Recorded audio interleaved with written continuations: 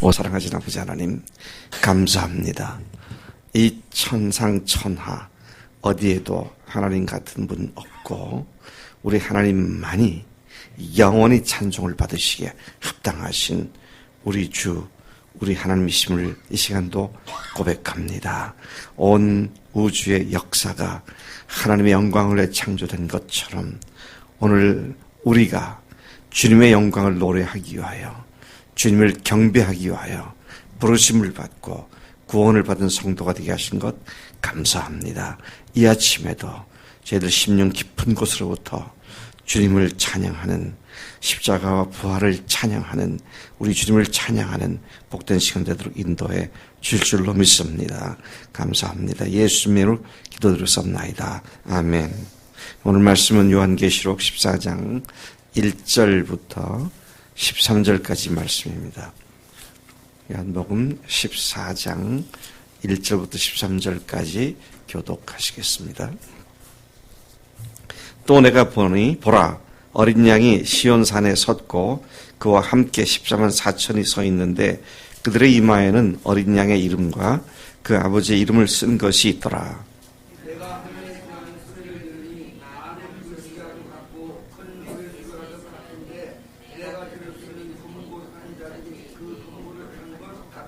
그들이 보좌 앞과 네 생물과 장로들 앞에서 새 노래를 부르니 땅에서 속량함을 받은 14만 4천 밖에는 능히 이 노래를 배울 자가 없더라.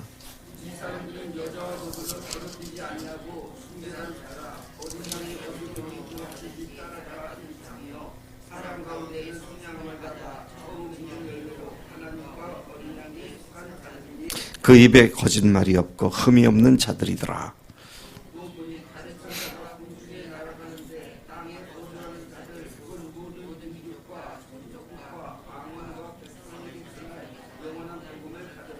그가 그 큰 음성으로 이르되 하나님을 두려워하며 그에게 영광을 돌리라. 이는 그의 심판의 시간이 이르렀음이니 하늘과 땅과 바다와 물들의 근원을 만드신 이를 경배하라 하더라.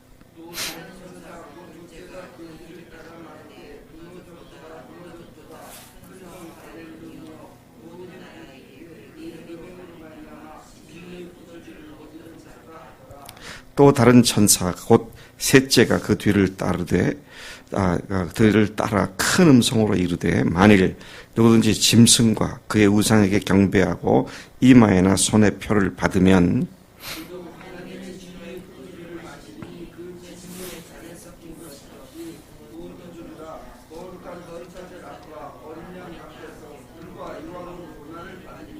그 고난의 연기가 세세토록 올라가리로다. 짐승과 그의 우상에게 경배하고 그의 이름표를 받는 자는 누구든지 밤낮 쉼을 얻지 못하리라 하더라.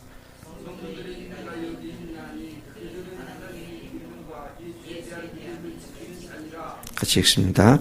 또 내가 들으니 하늘에서 음성이 나서 이르되 기록하라. 지금 후로 주 안에서 죽는 자들은 복이 있도다 하시매 성령이 이르시되 그러하다. 그들이 수고를 그치고 쉬리니 이는 그들의 행한 일이 따름이라 하시더라. 아멘. 요한계시록 14장은 요한계시록의 앞부분과 뒷부분을 잇고 있는 어떻게 보면 삽입된 중간 부분이라고 볼 수가 있습니다. 요한계시록의 구조상 매우 중요한 중심 위치에 있는 말씀이다. 또 이 장은 14장은 가장 중요한 주제를 다루고 있습니다. 14장의 본장은 멸망당할 세상을 향한 하나님의 마지막 호소로도 보여집니다.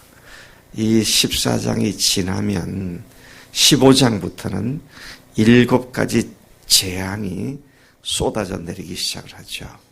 자, 그런 의미에서 14장이 요한계시록 그 구조에 있어서 위치하고 있는 위치가 상당히 중요하고 또 내용이 굉장히 중요한 내용이다. 이 14장은 크게 세 부분으로 나누어집니다. 오늘 읽은 본문 말씀 13절까지가 두 부분이 되고요.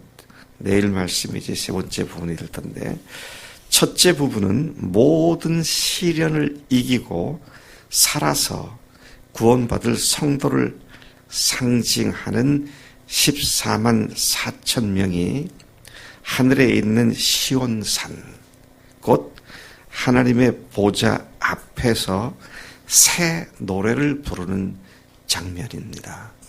여기 이제 14만 4천 명이라는 숫자가 나오죠. 우리가 어제까지는 666이라고 하는 숫자가 나왔던 것을 봅니다. 근데 14만 4천 명에 대한 해석이 구구각각입니다. 어떤 사람들은 그 마지막 때 시련을 통과하게 될 이스라엘 사람들을 얘기한다, 그렇게 말하는 사람들도 있고, 특히 거의 모든 이단들이 자기들이 바로 24만 4천이다, 그렇게 주장을 하죠. 신천지의 이만희가 신천지에 14만 4천 명이 채워지면 끝이 온다. 근데 지금 18만, 20만 명까지 가니까 또 말을 또 싹 바꿨다고 그러지 않습니까? 그러니까 이단들이 항상 자기들만 구원받는다라고 할 때 이제 14만 4천 명 이런 식으로 얘기를 합니다.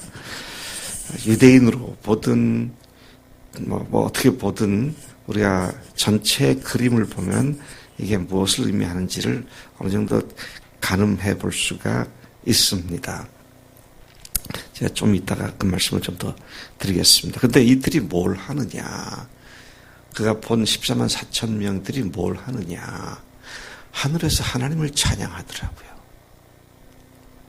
하늘에서 하나님을 찬양하는 새 노래를 부르는 그런 장면을 지금 요한이 보고 있습니다.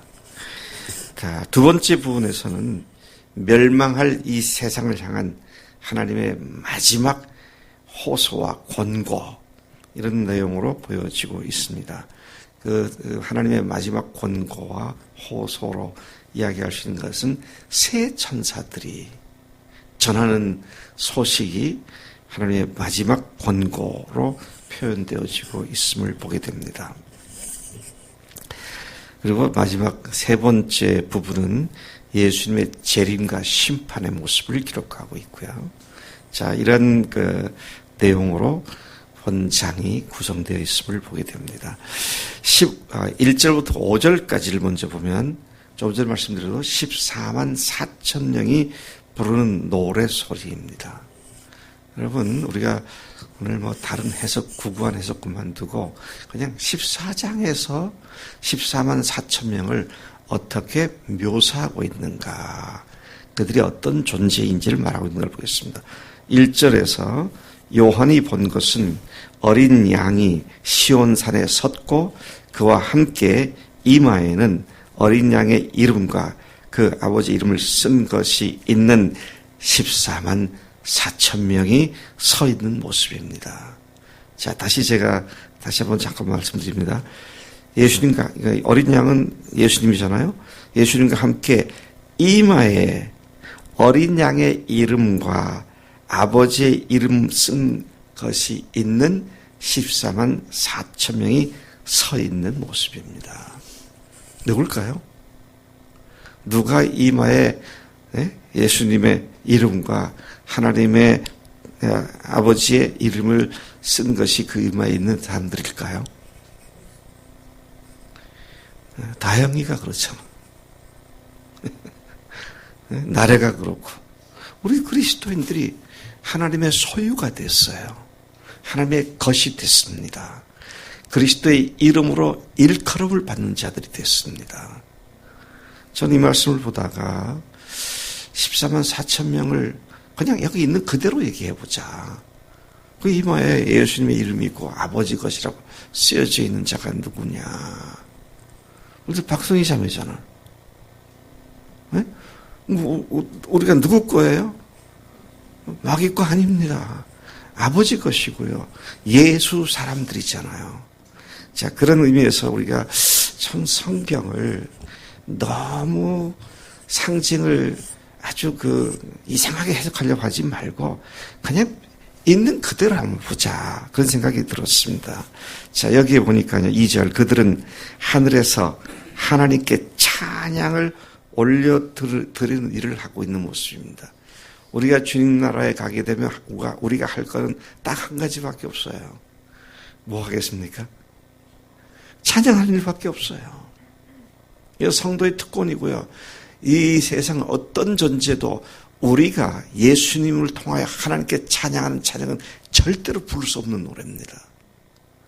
우리 그리스도인들이 이렇게 부를 수 있다라는 사실을 생각합니다. 그 찬양 소리가 많은 물소리와도 같이 웅장하고 큰 우레소리처럼 강렬하면서도 검은 것 타는 자들이 그 검은 것을 타는 것 같이 아름다웠다.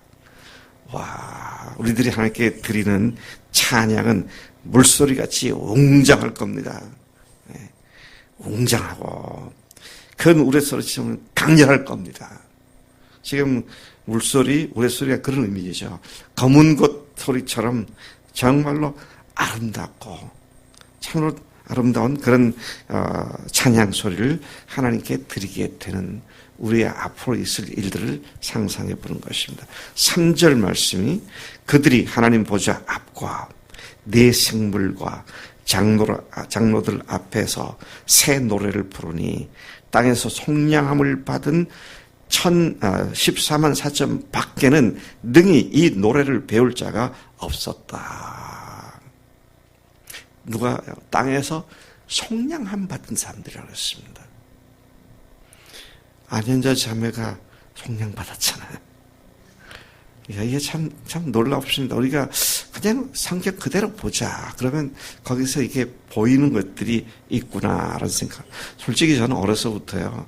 24만 4천에 대한 얘기를 앞으로 오게 될 하나님 나라의 특별한 존재들로 생각을 그렇게 들어왔기 때문에 늘 믿는 자들 중에서 순교자들을 얘기한다. 뭐 그렇게도 듣고 아까 얘기한같이 이스라엘의 12지파에서 12지파에서 12,000명씩 나와가지고 14만 4천 명 된다. 뭐 이렇게 듣고. 그래 들어서 그게 성경을 그냥 객관적으로 보는데 정말 이게 방해를 주더라고요. 다 내려놓고 그냥 본문이 뭐라고 말하고 있는가. 지칭하는 거 보니까 땅에서 속량함을 입은 사람들, 예수의 이름이 쓰여 있는 사람들, 하나님의 것이라고 쓰여져 있는 사람들. 그분이 그리스도인이잖아요. 자, 계속해서 보겠습니다. 4절입니다. 24만 4천 명에 대해서 다시 나오는데요. 이 사람들은 여자가 나오죠. 이 사람들은 여자가 나오는데 여자는 17장에 나오는 음녀로 보여지기도 합니다. 17장 1절과 2절에 소개되는 걸 보면 그 여자가 어떻게 묘사했나. 또 7 대접을 가진 7 천사 중 하나가 와서 내게 말하여 이르되 이리로 오라. 많은 물 위에 앉은 큰 음녀가, 이 여자는 음녀로 표현되어 있고요. 근데 어떤 존재냐, 받을 심판받을 큰 음녀를 내게 보이리라. 땅의 임금들도 그와 더불어 음행하였고 땅에 사는 자들도 그 음행의 포도주에 취하였다 하고. 자, 땅의 임금들 또 그 여자로 더불어 음행했다. 또 왕들만 아니라 땅에 사는 자들도 그 음행의 포도에 취하였다. 이 보니까 이 음녀로 표현되어 있는 것이 마귀예요. 보니까 마귀가 사람들로 하여금 하나님으로부터 등을 돌리고 마귀와 간음하게 만드는 음란한 일을 하게 하는, 하나님 앞에 음란한 건 뭡니까? 하나님이 아닌 다른 것들을, 잡신들을 섬기고 하나님을 갖다 무시하고 멀리하는 이런 것들이 바로 이제 음행이라고 하는데 그 음행의 포도주에 취했다. 그래서 이 내용을 보면 더불어 더럽히지 아니하고 음녀와 이 여자와 더럽히지 아니하고 순결한 자들을 또 어린 양 예수님이 어디로 인도하시든지 따라가는 자. 이 악한 마귀와 함께 더불어 음행하지 않고 더럽히지 않고 순결하게 사는 삶. 또 어린 양이 어디로 인도하든지 따라가는 자. 누가 이런 사람이에요? 그리스도인들이 이런 사람들이에요. 마땅한 그리스도의 삶을 사는 사람들을 이야기하는 거 아닙니까? 자, 계속해서 보겠습니다. 그래서 제가 이걸 이렇게 해서 부활하신 예수님을 주님으로 하나님으로 고백하고 그분의 삶의 모든 주재권을 우리의 삶의 주재권을 그분께 모두 다 온전히 인정하고 고백함으로써 속량함을 받아 처음 익은 열매들이 된 자들이다. 그렇게 보게 되죠. 그들은 철저히 하나님과 어린 양 예수께 속한 자들로서 그 입에 거짓말이 없고 흠이 없는 자들이다. 여러분 지금 생각할 때 나는 아닌가 보다. 내 입에 거짓말이 있고 흠이 있는 게 많은데. 네. 예. 그래서 우리가 맨날 주님을 쫓아가는 삶을 사는 거 아닙니까?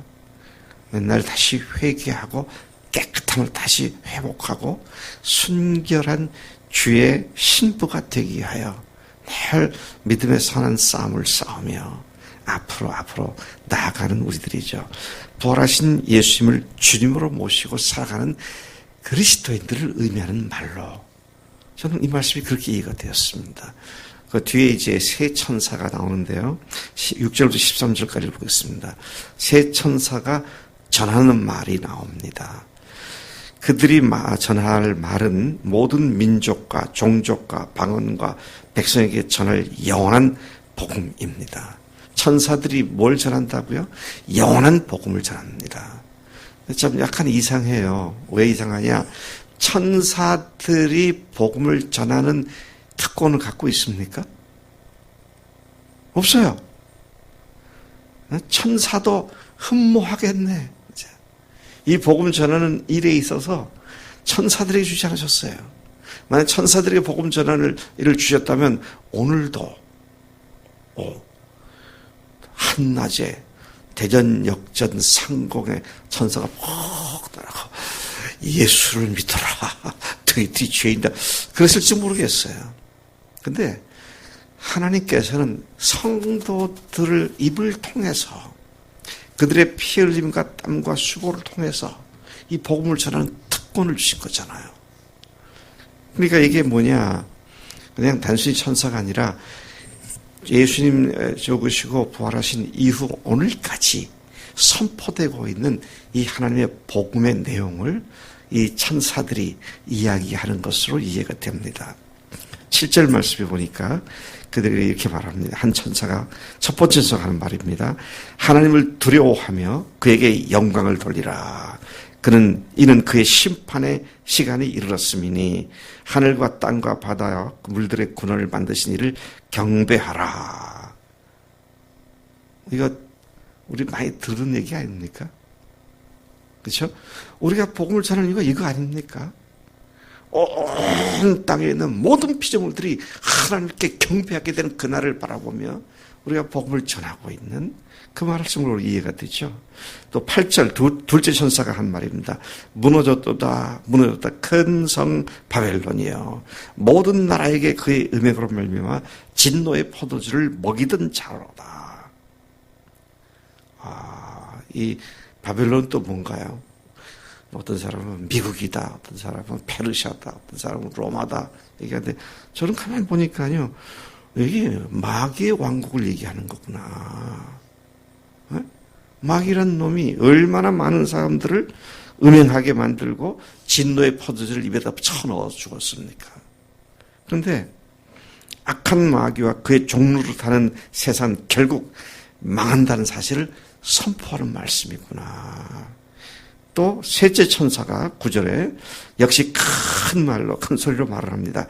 만일 누구든지 짐승과 그의 우상에 경배하고 이마에나 손에 표를 받으면 무슨 말입니까? 이는 악한 마귀와 세상과 타협하고 적당히 하나님과 우상을 경배하는 자들을 의미하는 것으로 이해됩니다.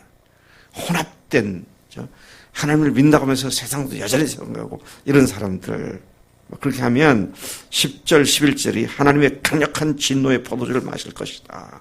결국 불과 영으로 타는 영원한 불못에 들어가게 된다. 그들은 거룩한 천사들 앞과 어린 양 앞에서 불과 영으로 고난을 받으며 쉼을 얻지 못한다.